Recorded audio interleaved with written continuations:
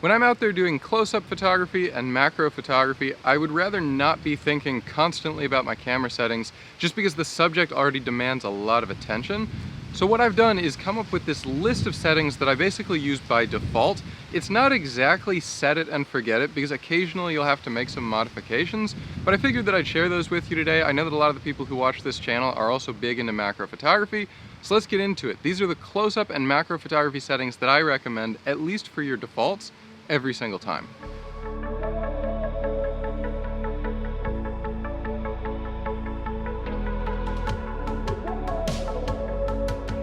Now this is really important. Throughout this video, I'm going to be assuming that you're shooting handheld or that your subject is moving. Because if your subject isn't moving and you're shooting from a tripod, you can basically use any camera settings that you want. You don't have to worry about motion blur, and then you could even use techniques like focus stacking to extend your depth of field as much as you want. When you're shooting handheld or when your subject is moving, these techniques just aren't practical, if they're even possible at all.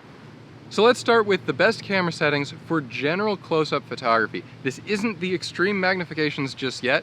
In fact, you can do this general close-up photography with almost any lens and camera out there, even a kit lens or a 50mm prime. The only really difficult thing is that the closer that you focus, the shallower your depth of field becomes, and even more importantly, the more that you're going to magnify camera shake. So you do have to be a little bit more careful about the aperture and especially the shutter speed that you pick. Here's what I recommend. First, turn your camera to aperture priority mode. It'll look like this, either A or AV on the mode dial. Once you've done that, set your aperture to whatever value gives you the right depth of field. Personally, I like the range from about f2.8 to maybe f5.6 so that I can get that nice and blurry background. And at this point, you might be tempted to set your ISO to the base value, like base ISO 100, but the problem there is that your camera might automatically start choosing shutter speeds that are way too long. You might get these very blurry photos, completely ruining your perfect shot just because your ISO was too low. If you could somehow limit the camera to only use fast shutter speeds and then just raise ISO if it needs to, that would be a much better option. And the good news is that actually exists. It's called Auto ISO. If you haven't used it before, pull that up in the camera menu and you'll see some options that look like this. The important one is to go down to this section that says minimum shutter speed, because this is the shutter speed that you can set as a limit so that your camera never goes past it. Personally, I set 1/320th of a second for close-up photography, and to complement that, I'm going to set my maximum ISO value to 3200. And at this point, I know that my camera is going to stick to that range from 1/320th of a second and faster. I'm going to get sharp photos without motion blur, but I'm still going to capture as much light as I can. And of course, you can change these auto ISO settings if you want. They're not completely set in stone. This is just what I prefer. But if you're not that familiar with how auto ISO works in aperture priority mode, those are the settings that I recommend, and they will give you really sharp results. Now, you still might not have the perfect exposure. It might be a little bit too dark or too bright, but that's really easy to change with exposure compensation. Just dial in whatever you want, and it won't mess with that limit of 1/320th of a second.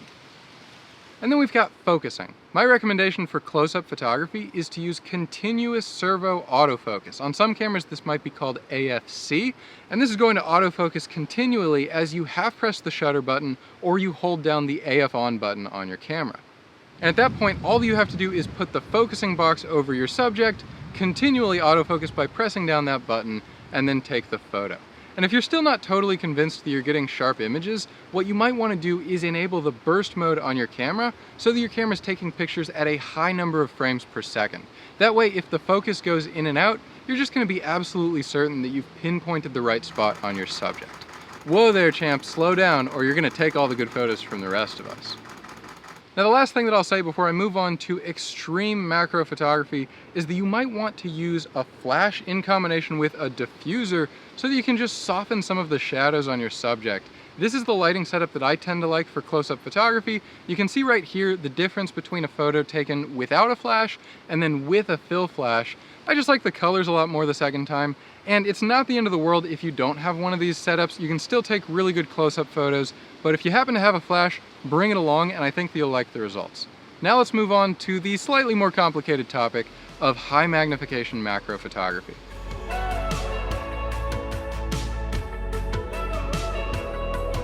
So for high magnification macro photography, if it's really bright when you're taking pictures, you could actually use the same settings as earlier, but the problem that you're gonna run into is depth of field. You can see these photos don't have a lot of depth of field, and I took these at f8. Normally f8 has a lot of depth of field, so clearly the closer that you focus, the more and more of a problem this can be. And it's not like this always looks bad. I have taken a couple photos like this, which I like even though it has a super shallow depth of field. But if you want more detail on your subject, you pretty much need to use apertures like f16 to f22. Although before you just set those values, I do recommend testing them with your camera, because depending on the camera that you use, even those might not be a good idea.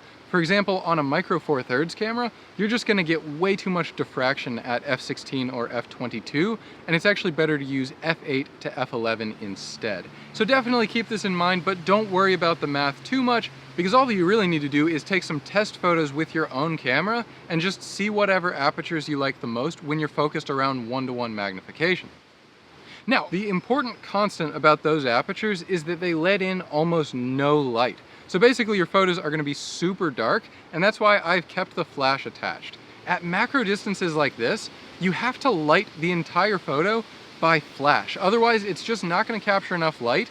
Either you'll end up with a photo that's massively underexposed, or you'll have to use an ISO like 12,800. Not a good idea. Use a flash instead, and definitely pick up a diffuser or just make one of your own so that you can soften up the light from that flash. And at this point, the camera settings aren't actually that hard. You're gonna wanna make sure that you're in manual mode though, and then set your shutter speed to the flash sync speed on your camera. That's usually 1/200th or 1/250th of a second. And at that point, turn on your flash and put it to manual mode. Set your flash manually to 1/4 power. You don't wanna go too much beyond that because it'll just kill your flash battery really quickly. And then take some test photos. If they're coming out too dark, raise your ISO. If they're too bright, then lower your ISO. Personally, I usually end up with an ISO about 400, but that's pretty much it. And there you go. Now the next topic is focusing. And focusing is super difficult when you're doing high magnification macro photography, especially if you're shooting handheld, because your camera's autofocus system simply cannot keep up. Things are just moving too dramatically, even if your hand-holding technique is absolutely perfect. Just look at how shallow the depth of field is right here, and you can see how difficult this task can be. Now the method that I recommend is to actually use manual focus rather than autofocus. And I don't mean trying to hold the camera out and perfectly fine-tune manual focus, because that's just as difficult, if not more so, than using autofocus. Instead, what you've got to do is set your lens manually to something like 1:1 magnification, and then don't change the focusing ring. You're gonna keep it at that 1:1 magnification, and then slowly rock yourself forward and backward with the subject in front of you, and then take the photo when you think that that subject is sharp. And I would say this technique gives you perfectly sharp photos 30 to 40% of the time. So you're probably still gonna end up with more photos that are blurry than sharp, but I don't know of any other technique that works better than this. It certainly beats trying to autofocus when you're at such an extreme magnification. And then I'd also say that it's really important when you're post-processing these photos to watch out for little dust specks that might appear in the image. When you're taking pictures at super small apertures like f16 and f22, you're gonna see way more of these than normal, so you definitely need to get rid of them in post-production. Now, if you found this video useful or you learned something about macro photography, drop me a comment below. And the same goes if you've got any questions. I'm gonna try to respond to every single question on this video, so don't be shy. Thanks for watching. My name's Spencer Cox, and I'll catch you next time.